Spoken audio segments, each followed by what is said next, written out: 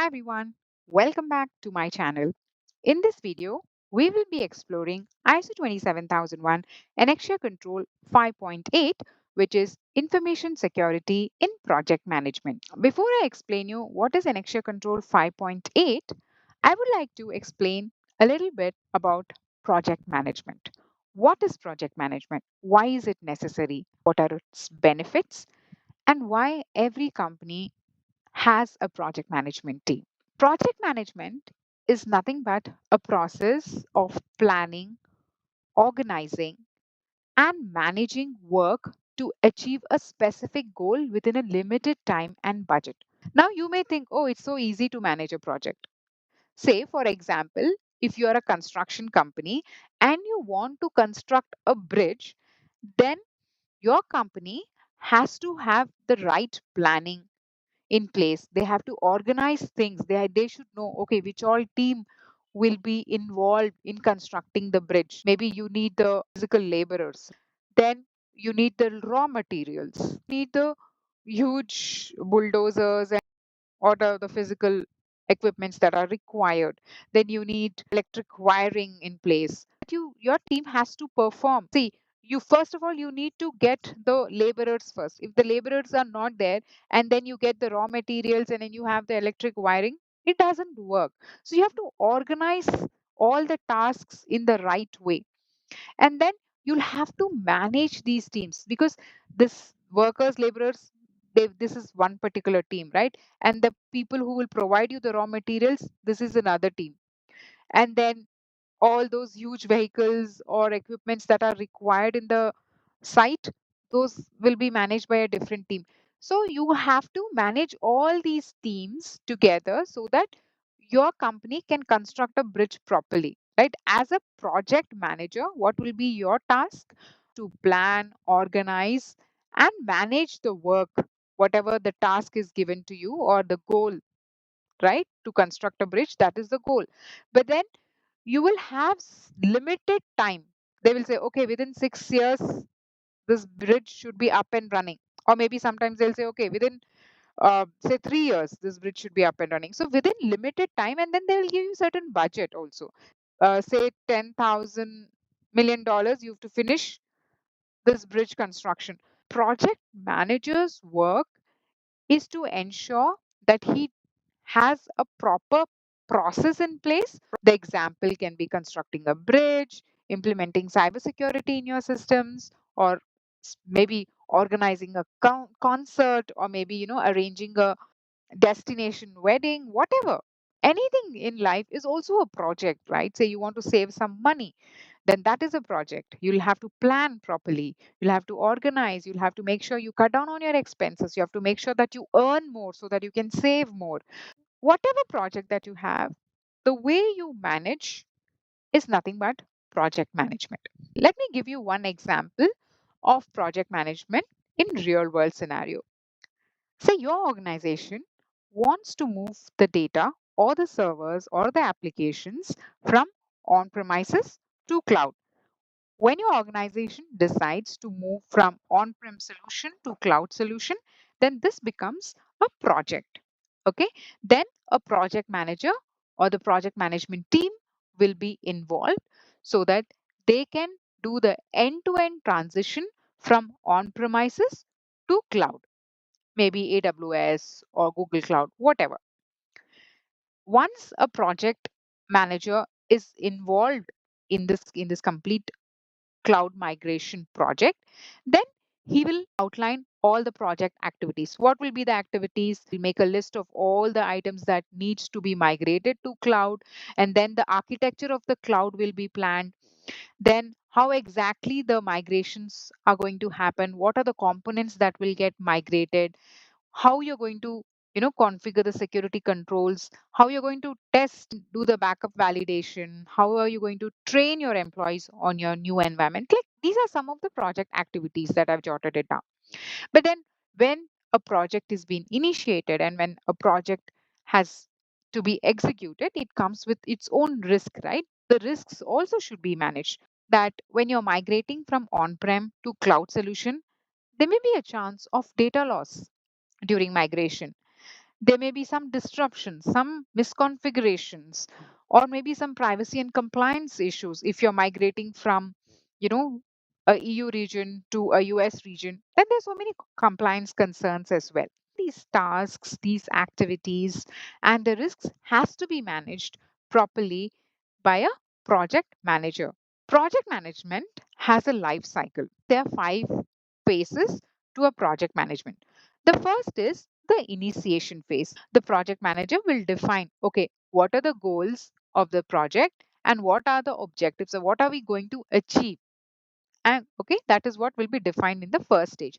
In the second stage, the project manager will create a schedule, the budget, the all the resources, how many resources will be used to implement this project. And then they'll also try to understand, okay, when we are doing migration, for example, in this example that I gave you here, for migration from on premises to cloud, then you'll have to assess the risk also, right? Like, for example, here we thought of the data loss during migration, correct? Then the next stage comes the execution stage, where the teams will actually do the task. This example, the team will start migrating the data from on premises to the cloud solution. And even that also will happen in phase wise. The fourth stage will be monitoring and controlling. Like, they'll have to track the process, if there are any risks that they have to highlight, and then how you're going to manage those risks. And then you will also ensure there is quality of work.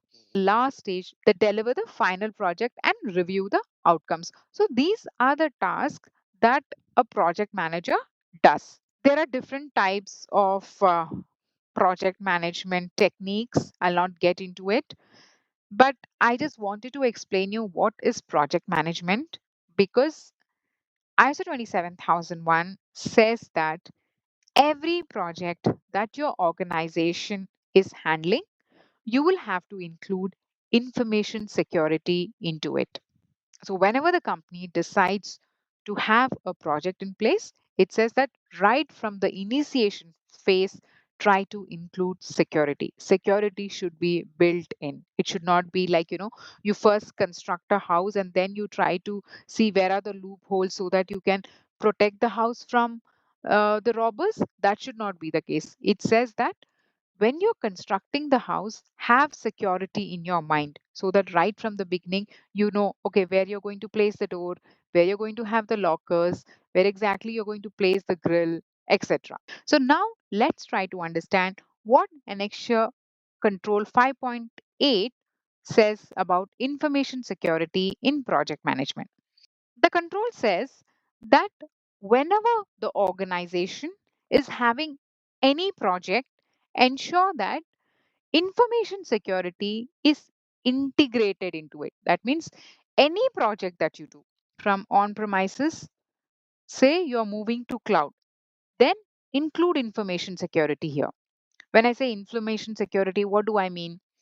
I mean, see whether there are proper access controls in place. On the cloud, you have the right access. Only the right people can have the access to move the data from on premises to cloud. Say if I'm just an analyst and I'm not an admin, I should not have the right to move.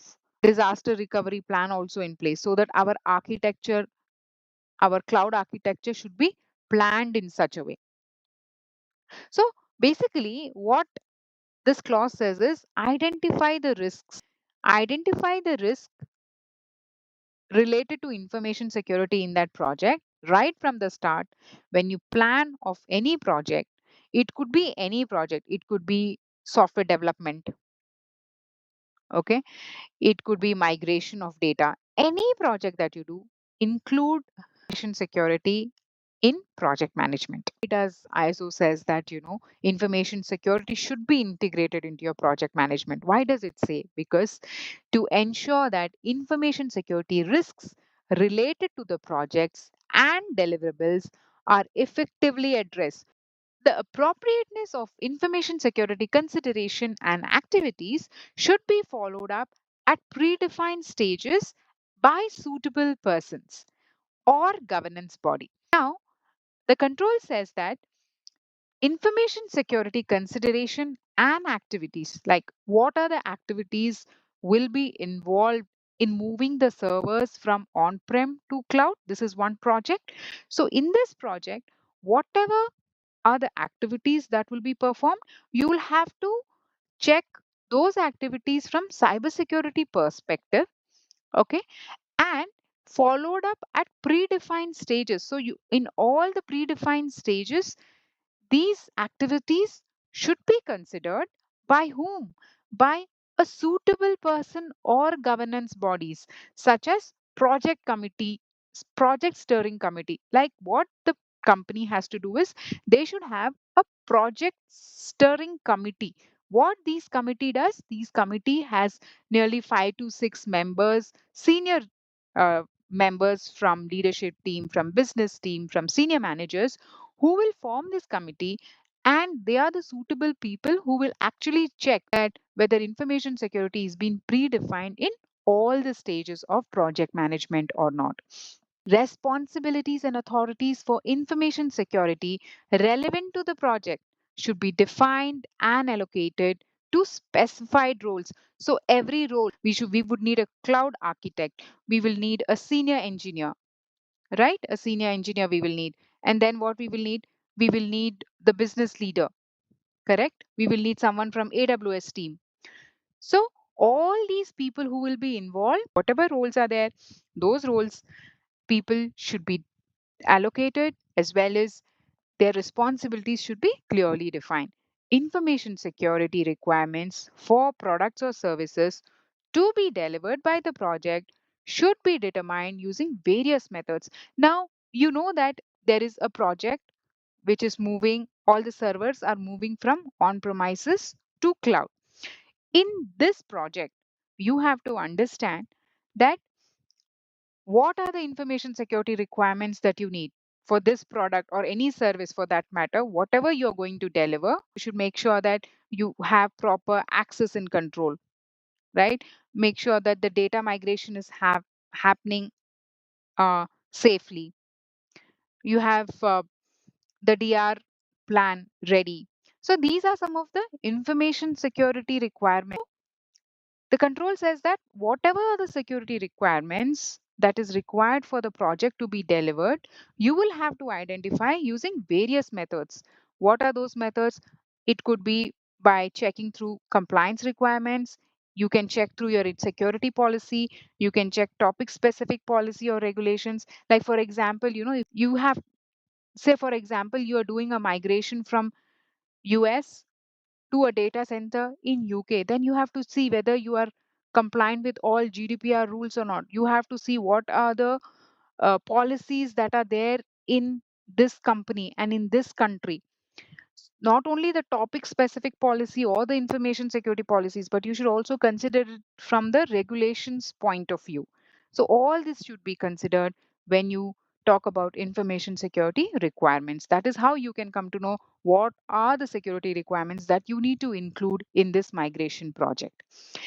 Further, information security requirements can be derived from activities, and you can also come to know what are the information security requirements that you will have to do it for a specific project. How will you come to know? Let's take another example. Say your company is developing a new software application. So, how will you come to know what are the security requirements for this software? So you can do a threat modeling on this application. You can see how many incidents are getting triggered, what are the different kind of incidents that your team is coming across. And then you can also do a vulnerability management. You can check how are the thresholds defined here, vulnerability thresholds. You can check your BCPDR plan. You can check the contingency planning. So all these things will give you certain security requirements, right? You can also ensure the architecture and design of the information systems are protected against all the known threats based on the operational environment. So based on what kind of business you're doing, you have to check what are the very common threats that can come. In that case, based on those, you will define your information security requirements. Then information security requirement should be determined for all types of project. As I said, whatever project that your company has, whether it is a migration project or you're developing a small piece of software, or it is moving of company data center from one location to another location, or you're bringing a new vendor to your organization, you're having a new uh, agreement signed with a new vendor, whatever project that your company does, you have to make sure that information security is included in that project. Okay. Information security requirements also should be determined for all types of project, not only the information security related to the computer technology or the development project, but it should be considered throughout different kinds of project. Information security requirements should be determined for all types of project, not only ICT development projects. The following should be considered when determining these requirements. What are the followings that we should consider when we are thinking about information security requirement? What information is involved? So any project that are there, okay, say your organization is developing a small piece of software, then you should see, okay, what is the information that this software will process? Okay, what are the corresponding information security needs? Okay, now this is, if this is handling PII information, then what all security I have to make sure that this software is following, or what are the security controls that this software has, that I have to check. And the potential negative business impact, so if anything goes wrong, how much business impact that my organization can come across, which can result from lack of adequate security. So if there is less security, what is the business impact that this project can bring in? So like this, so if there is less security, if there is lack of adequate security, then what is the negative business impact it can cause? Like this, you'll have to think in different terms and then come to know what are the information security requirements that you will bring to the project. The required protection needs of information and other associated assets involved, particularly in terms of confidentiality, integrity, and availability. All the assets that you're having, for all these assets, if you're thinking in terms of confidentiality, integrity, and availability, how are you going to protect these assets? The level of confidence or assurance required towards the claimed identity of entities in order to derive the authentication requirements. You have to make sure that the people who are accessing or need the authentication requirements, they are the right people. Make sure those users claim their identity. They have to prove that they are the right people to get access to those particular resources. For example, if you're not part of this project, then you don't need access, right?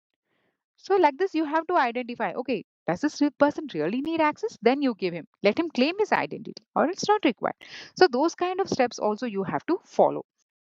Access provisioning and authorization processes for customers and other potential business users, as well as for privileged or technical users such as relevant project members, potential operational staff, or external suppliers. It says that whomever you give access, you should have a proper authorization process. It could be your customers, it could be a potential business users, it could be a privileged account, it could be a technical user, it could be any person. Make sure you have the right method of providing access and then providing the authorization for the access. Informing users of their duties and responsibilities. Everyone should be aware of their roles and responsibilities and duties. Requirements derived from business processes such as transaction logging and monitoring, non-repudiation requirements. So these are the different kind of requirements that your business, that the information security requirements that you can think of. What are those? You have to make sure that your logging and monitoring is in place. You should make sure that non-repudiation requirements are in place. You should make sure that all roles and responsibilities are defined, all accesses are given to the right people approve those accesses. These are all other security requirements mandated by other information security controls, example interfaces to logging and monitoring, or leakage detection system. So if there is a requirement that you should have a data leakage detection system, then get those controls also in place. Whatever technical process oriented information security controls you need just get those controls. Those becomes, if those requirements are mandatory, ask for it. Yes, we understand that this software is processing personal identified information, which is the PII information. So we need a data leak detection system in place. Ask for it. We need a logging and monitoring. So those are your security requirements, right? So you have to think from everything, any project that you enter into, you have to think in terms of security. Compliance with legal, statutory, regulatory, and contractual environment in which the organization operates. So, depending on your organization, where it is operating, where the project is operating, you have to identify what are the compliance, what are the legal, what are the regulatory requirements that your project has to undergo. Those also becomes your requirement. For example, as I said, right, if you're moving your data from US location to UK location, then UK has different regulatory requirements. India has different regulatory requirements. So think about all these security requirements. Okay, level of confidence or assurance required for third parties to meet the organizational information security policy and topic specific policies. You should also build the confidence with the third parties. How can you do that? By making sure that your organization information security topic specific policies, including all your clauses in the agreement or contracts, are also, you know, are clearly defined. Is coming to do business with you, they should also have a confidence that yes, this company, when I do my business with them, my information is going to be secure. So all those requirements should be properly defined. It goes on further to say the project development approach, such as waterfall cycle or agile life cycle, should support information security in a structured way that can be adopted to suit the assessed severity of information security risk based on the character of the project. What it means is, see, any project management, right? I told you about the project management. Understand, in project management, there are different methods they follow. One is called the waterfall method, and one is called the agile method. This is something that the project management team knows. This is something that the project team will be aware of, but then it's good to know what is a waterfall model or what is a agile model when it comes to project management. In waterfall model, what happens, I told you, right, there are 5 stages: planning, and then initial stage, and then planning stage, and then they develop, and then they deploy, and they'll continuously monitor, and then finally they will close, whatever those stages are there. In waterfall model, they'll go one stage after one stage after one stage after one stage, and they'll complete the project. But in agile model, what happens, they will start all the stages together, and they will work on all these stages in parallel. So they don't wait for one project, one item to complete, and then they will go to the next item.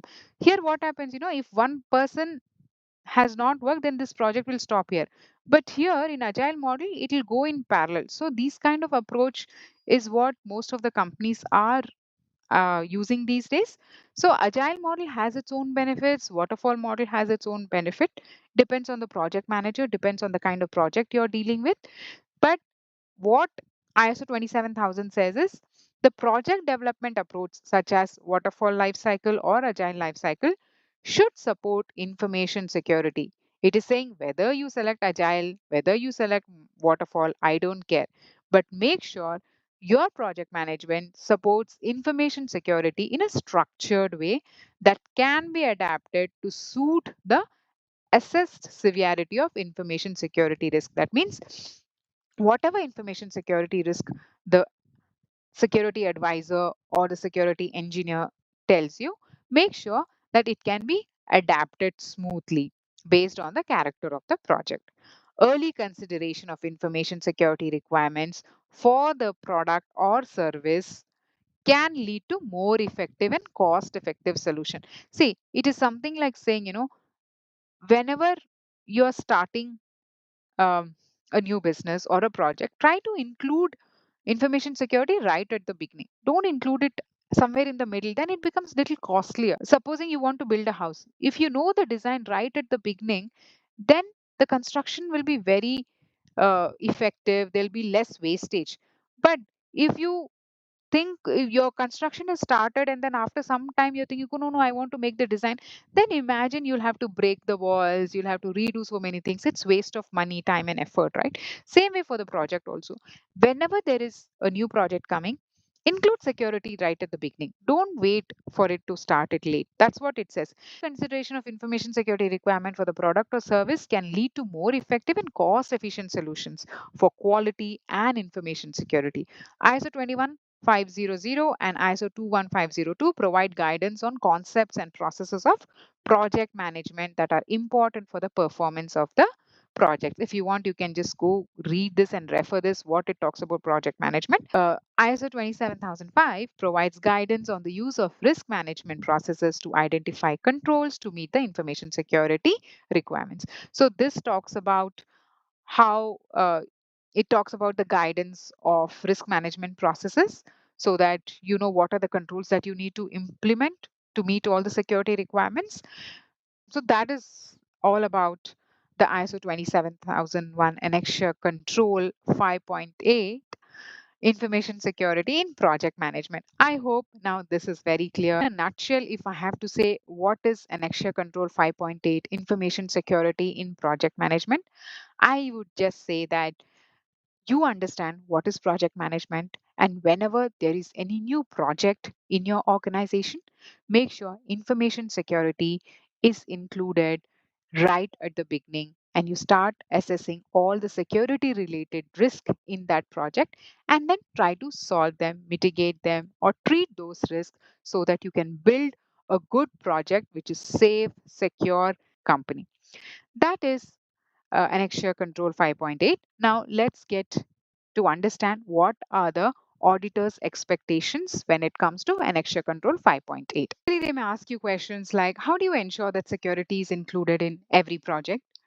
And who's responsible for the security in project? So you know both the answers, right? Open some projects and show that how the project how in every project you're including security. Maybe you can have a project management document where you will also specify that at this point of time we are going to include security team. Those that policy document should say that the process or the procedure document should say that you will be including security team. Who's responsible for the security in the project? It should be the security team. Or you can also say that we have a steering committee team, which will involve all the respective stakeholders from every business units so that the project can be managed well. Okay. Now, what are some of the artifacts that the auditors will look for in these kind of audit? They will look for project management procedure or a process document where you clearly document at what stage you're going to include the cybersecurity team. They can also ask you to show the software development lifecycle document where you have to clearly call out that at this stage of the software development, we are going to include the cybersecurity team. Okay. You can show project risk assessment documents in which you will write, okay, on this particular project, we have identified this risk and this is how we are going to work on it. So those kind of risk records also are acceptable. You should have a document which says information security requirement document. Basically, you know, what are the information security that you have in your organization? Maybe you follow encryption, maybe you have logging and monitoring, okay, throughout the organization. You have good authentication and authorization processes in place. You have MFA, you have DLP solutions in place. So these are the security requirements that every project would need. So you can show these information security policy document as well. Steering committee or the governance meeting, whatever meetings that you have, the minutes of meeting also you can show. Security review or architectural review. So whenever a project goes into the design phase, security team will get involved to review the architecture of that particular project, right? At that time, the security team, after it reviews the architectural design from cybersecurity perspective, it will prepare a security review report. So those kind of reports you can show. You can show even the testing and the validation reports of the project. You can show the change management projects, change management records where you have implemented certain changes with the help of cybersecurity. So these are some of the artifacts that the auditors will look for. Basically, they just want to see that you are including cybersecurity team in all the projects that the company is involved in. Now, where do you get a non-conformative? If you cannot provide the evidence that security is involved in every project, if you don't have any security review done in at the initial stage, and if it is done only after implementation, that also can become a non-conformative. If you don't have risk assessment documents, you don't have any proper approvals in place, you don't have a proper project management plan in your organization, you don't have any third party risk assessment projects, security review, those things, if you don't have those, can come as a non-conformative in your audit. So that's all for this video. In my next video, we will be learning Annex A Control 5.9. Until then, thank you for watching. Take care. Bye bye.